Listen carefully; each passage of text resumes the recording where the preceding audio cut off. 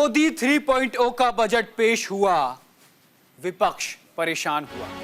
नमस्कार, आप देख रहे हैं अपना सबसे पसंदीदा न्यूज चैनल न्यूज इंडिया और मैं हूं आपके साथ गौरव किशोर शर्मा। मोदी सरकार 3.0 का बजट जैसे ही पेश हुआ, विपक्ष परेशान हुआ। देश की जनता की आवाज उठाने के लिए सर्वोच्च जगह देश की दोनों सदनें करोड़ों रुपए का खर्चा किया जाता है। 1 मिनट की कार्यवाही का अगर जिक्र करें तो कई लाख रुपए खर्च होते हैं, लेकिन प्रदर्शन और विरोध के दौरान सरकार की आवाज को दबाने की कोशिश विपक्ष लगातार करता है और वैसे ही बजट पेश होने के बाद जिन बातों का जिक्र बजट में नहीं किया गया, केवल उन्हीं बातों को उठाया, लेकिन जो बातें बजट में शामिल थी उनका कोई जिक्र नहीं किया। चलिए अब आपको बता देते हैं कि आज की खबर में क्या खास है। बजट, विपक्ष और बवाल, आखिर हम क्यों ये कार्यक्रम लेकर आए हैं, आज हम आपको ग्राफिक के जरिए वो आपको दिखा देते हैं कि आखिर आज की जो खबर है इसमें क्या कुछ खास है। देखिए आज की खबर में क्या कुछ खास है। संसद में विपक्ष का बजट पर हंगामा हुआ। बजट के खिलाफ इंडी अलायंस के सांसदों का प्रदर्शन देखने को मिला। अखिलेश यादव ने सरकार पर किसानों के मुद्दे पर घेरा। ये आज का महत्वपूर्ण बिंदु जिन पर आज अपनी खबर में चर्चा करेंगे, एक एक बात आपको बताएंगे। संसद कांग्रेस अध्यक्ष मल्लिकार्जुन खड़गे ने सरकार को घेरते हुए गंभीर आरोप लगाए। खबर में आज महत्वपूर्ण क्या है, क्या वास्तव में राज्यसभा से कांग्रेस ने बायकॉट किया या नहीं किया, खबर बता देते हैं। राज्यसभा में बजट के विरोध में विपक्ष ने वॉकआउट किया। बजट के विरोध में विपक्ष ने वॉकआउट किया और पी चिदंबरम ने राज्यसभा में बजट पर चर्चा की शुरुआत की। राष्ट्रपति जगदीप धनखड़ ने कहा कि उपराष्ट्रपति जगदीप धनखड़ ने कहा, सब उपसभापति ने, कि आप बजट पर चर्चा शुरू कीजिए, तो उन्होंने फिर चर्चा शुरू की। चलिए आगे बढ़ते हैं खबर में।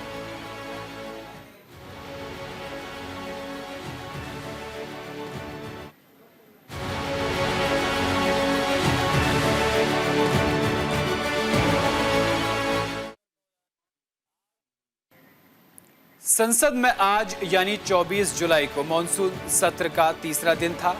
कल वित्त मंत्री निर्मला सीतारमण ने बजट पेश किया। बुधवार को सुबह सदन शुरू होने से पहले विपक्ष के नेताओं ने संसद के बाहर केंद्र सरकार के बजट में विरोध प्रदर्शन किया। ग्राफिक के साथ आपको बताएंगे।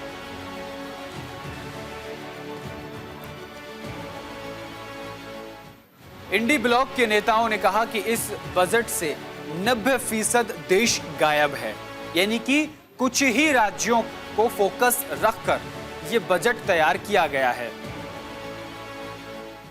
साथ ही साथ उन्होंने अलायंस में जो प्रमुख दल शामिल हैं उनके राज्य को, जैसे बिहार और आंध्र प्रदेश, उनके राज्यों को विशेष तरीके से बजट में फोकस दिया गया, ये आरोप विपक्ष ने लगाए।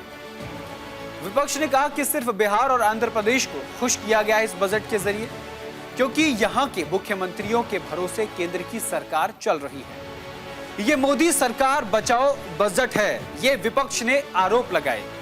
लोकसभा और राज्यसभा की कार्यवाही शुरू होने के बाद सदन में भी बजट को लेकर हंगामा हुआ। बजट के विरोध में राज्यसभा में चर्चा के दौरान विपक्ष के नेताओं ने वॉकआउट किया। वे यानी कि वित्त मंत्री निर्मला सीतारमण के खिलाफ शेम शेम के नारे लगते हुए दिखाई दिए। सदन से बाहर भी नारे लगे। विपक्ष ने बजट को भेदभाव वाला बजट बताते हुए वित्त मंत्री निर्मला सीतारमण पर जमकर निशाना साधा। आपको बता दें कि इसका पलटवार भी वित्त मंत्री निर्मला सीतारमण ने किया। उन्होंने कहा कि बजट में सभी राज्यों का नाम लेने का मौका नहीं मिलता। कांग्रेस के नेतृत्व में विपक्ष के नेता जानबूझकर ऐसे आरोप लगा रहे हैं ताकि लोगों को लगे कि उनके राज्य को कुछ नहीं मिला। ये सब ठीक नहीं है। वित्त मंत्री निर्मला सीतारमण ने वित्त वर्ष 2024 और 25 का आम बजट पेश किया।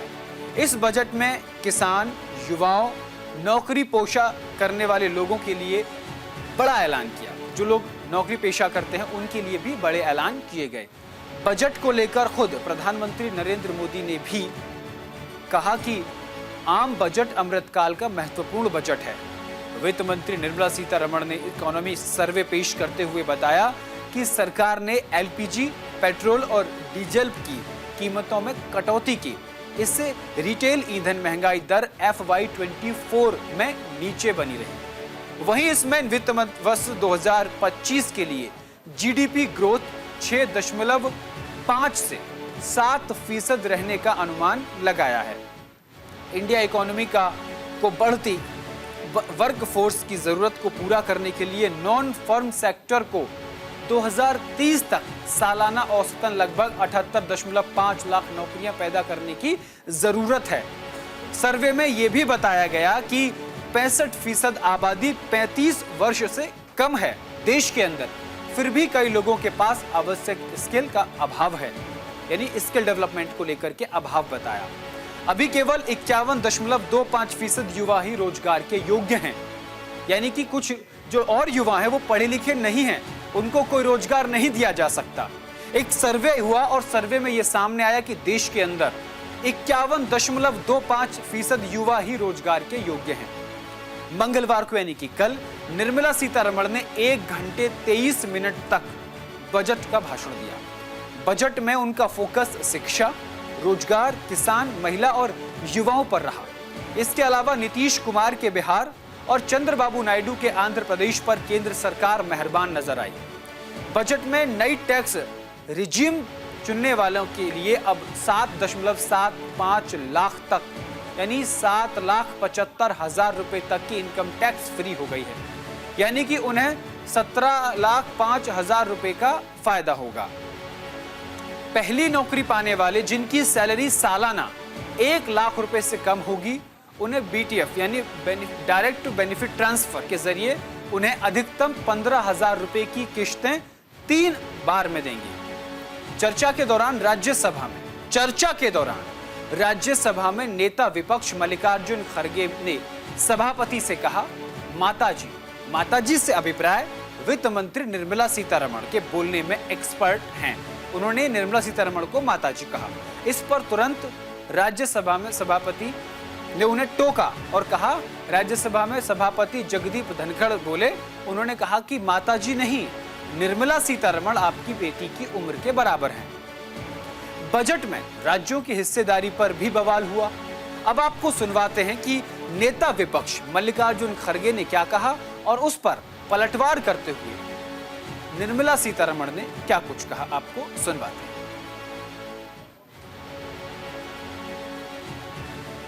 में किसी स्टेट को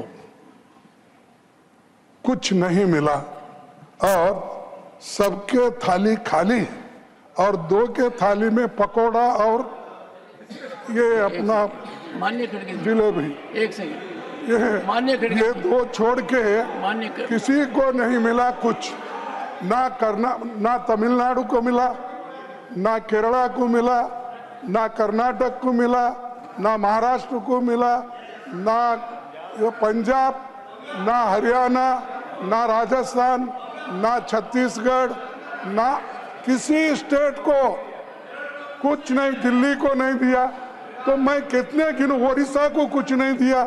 तो ऐसा बजट मैं कभी नहीं देखा और ये सिर्फ किसी को खुश करने के लिए, कुर्सी बचाने के लिए वो ये सब हुआ है। इसका हम कंडम करते हैं। Between vote on account which was presented on 1st February this year and now the full budget which was presented yesterday for this year, I have not named very many states, but let me take the example of Maharashtra for instance.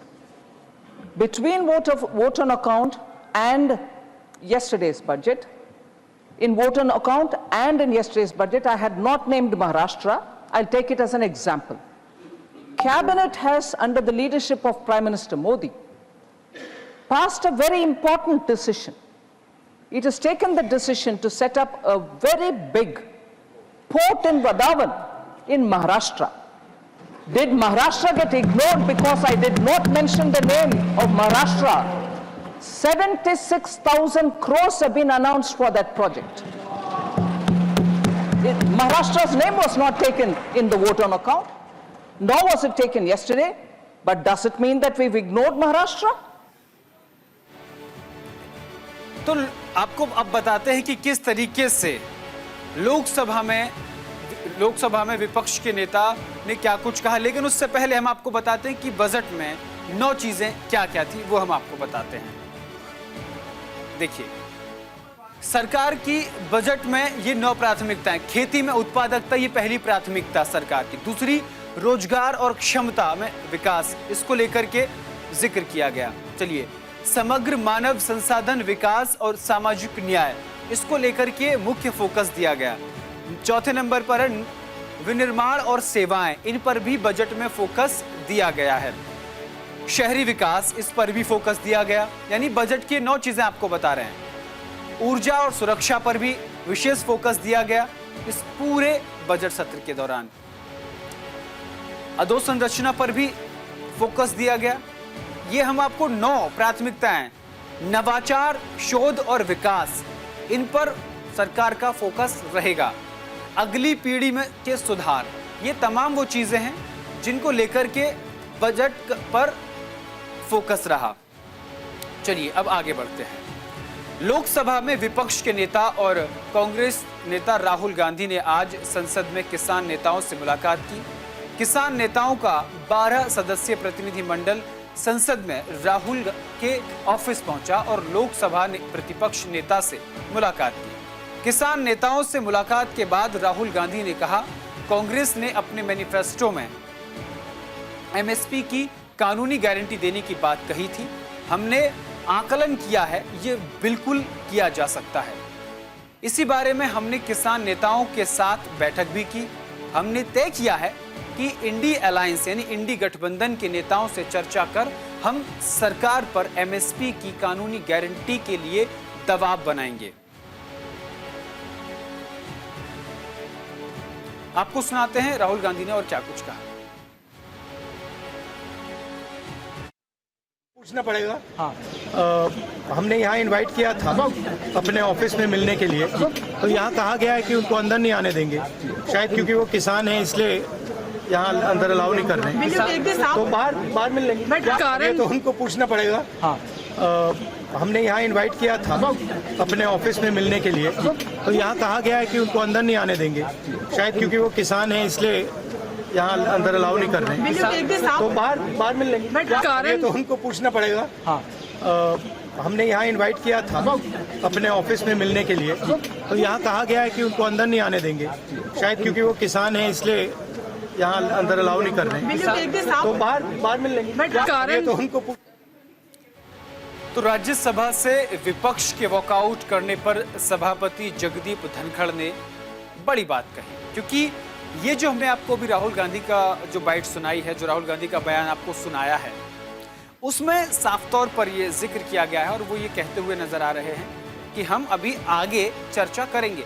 सदन की कार्यवाही के दौरान किसानों का राहुल गांधी से मिलना बड़ी बात है। लेकिन उधर राज्यसभा में क्या हो रहा था, राज्यसभा में जब बजट सत्र पर चर्चा नहीं बल्कि उसको लेकर जिक्र चल रहा था, तभी विरोध प्रदर्शन हुआ और कांग्रेस ने बॉयकॉट किया।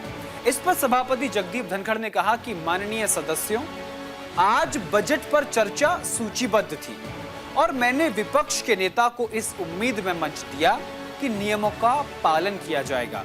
मुझे लगता है कि इसे एक चाल और रणनीति के रूप में इस्तेमाल किया गया। माननीय सदस्यगण, मैं आपसे पुरजोर निवेदन करता हूं कि यदि व्यवधान और गड़बड़ी को राजनीतिक रणनीति के रूप में हथियार बनाया गया तो लोकतंत्र गंभीर रूप से खतरे में पड़ जाएगा। यानी ये बड़ी बात सभापति ने कही। सभापति जगदीप धनखड़ ने संसद भवन से, राज्यसभा से वॉकआउट पर इसे लोकतंत्र के लिए गंभीर खतरा बताया। उन्होंने कहा कि गंभीर रूप से लोकतंत्र खतरे में पड़ जाएगा, जैसा कि अब किया गया है। उन्होंने आगे कहा कि संसद संवैधानिक और लोकतांत्रिक मूल्यों और स्वतंत्रता का गढ़ है। मैं वास्तव में आश्चर्यचकित हूं जब दिन और अगले दिन के दौरान हमारे पास माननीय वित्त मंत्री द्वारा प्रस्तुत बजट पर विचार करने का पर्याप्त अवसर होगा। इस प्रयोजन हेतु मेरे द्वारा प्रदान किया गया। मैं विपक्ष के नेताओं द्वारा अपनाई गई इस प्रथा पर गंभीरता से आपत्ति जताता हूं। मैं पार्टियों के नेताओं से आत्मविलोकन का आह्वान करूंगा। आपको बता दें कि इसको लेकर के विपक्ष, बजट को लेकर के विपक्ष निराश है। आज बजट के विरोध में उन्होंने विरोध प्रदर्शन किया। यही नहीं, दोनों सदनों, लोकसभा और राज्यसभा के अंदर भी विपक्ष भारी हंगामे और नारेबाजी करता हुआ नजर आया। हंगामे के बाद विपक्ष ने राज्यसभा से वॉकआउट भी कर दिया, लेकिन यह वॉकआउट बजट पर चर्चा के दौरान नहीं किया, उससे पहले ही कर दिया। उसके बाद राज्यसभा में सांसद वापस लौट आए और पी चिदंबरम ने बजट पर चर्चा की शुरुआत की। सदन के बाहर भी विरोध प्रदर्शन करते हुए इंडी अलायंस का गुट नजर आया। लोकसभा में प्रश्नकाल के दौरान भी भारी हंगामा देखा गया। विपक्ष का कहना है कि गठबंधन बचाने के लिए बजट लाया गया, गैर बीजेपी राज्यों को कुछ भी नहीं मिला। प्रदर्शन में सांसद राहुल गांधी, सोनिया गांधी, वो तस्वीरें भी आपको दिखाएंगे, सोनिया गांधी, अखिलेश यादव जैसे बड़े नेता शामिल रहे। बजट के बाद महाराष्ट्र के महाविकास अघाड़ी के सांसदों ने बजट का जमकर विरोध किया। अघाड़ी के सांसदों ने संसद परिसर में मोदी सरकार हाय हाय और महाराष्ट्र के खिलाफ अन्याय करने वाली, उसे धोखा देने वाली सरकार हाय हाय के नारे भी लगाए। साथ ही साथ उन्होंने एनसीपी पर जमकर निशाना साधा। उन्होंने कहा कि एनसीपी सांसद सुप्रिया सुले का कहना था कि महाराष्ट्र जैसे बड़े राज्य के लिए बजट में कुछ भी नहीं है। जो राज्य देश सबसे ज्यादा रेवेन्यू देता है, यानी कि जो राज्य देश को सबसे ज्यादा रेवेन्यू देता है, उसको कुछ भी नहीं दिया गया। इस पूरे बजट के दौरान मिडिल क्लास को कुछ भी नहीं मिला। लेकिन मैं न्यूज इंडिया के दर्शकों को यह बताना चाहता हूं कि सबसे ज्यादा आबादी देश के अंदर मिडिल क्लास वालों की है। लेकिन अगर पूरे बजट का अवलोकन करें, उसको देखें, तो मिडिल क्लास को कुछ भी नहीं मिला। गरीब या जो जरूरतमंद हैं, उनके लिए सेवाएं दे दी गई, और जो बड़े व्यापार करने वाले लोग हैं, उनके लिए योजनाएं दे दी गई। लेकिन मिडिल क्लास को क्या मिला? कुछ भी नहीं। इसी को लेकर विपक्ष हंगामा करता हुआ नजर आया। साथ के साथ उन्होंने यह भी कहा कि उन्होंने कहा कि उन्होंने महाराष्ट्र को नजरअंदाज किया। उन्होंने एकनाथ शिंदे और अजित पवार जैसे महाराष्ट्र के नेताओं पर तंज कसते हुए कहा कि आप एनडीए में बैठे हैं, लेकिन आपने राज्य के लिए क्या किया।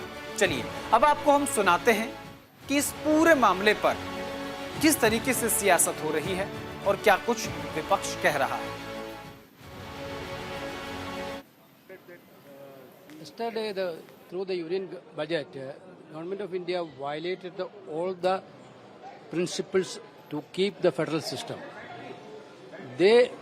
Basically, this budget is, the aim is to protect the government.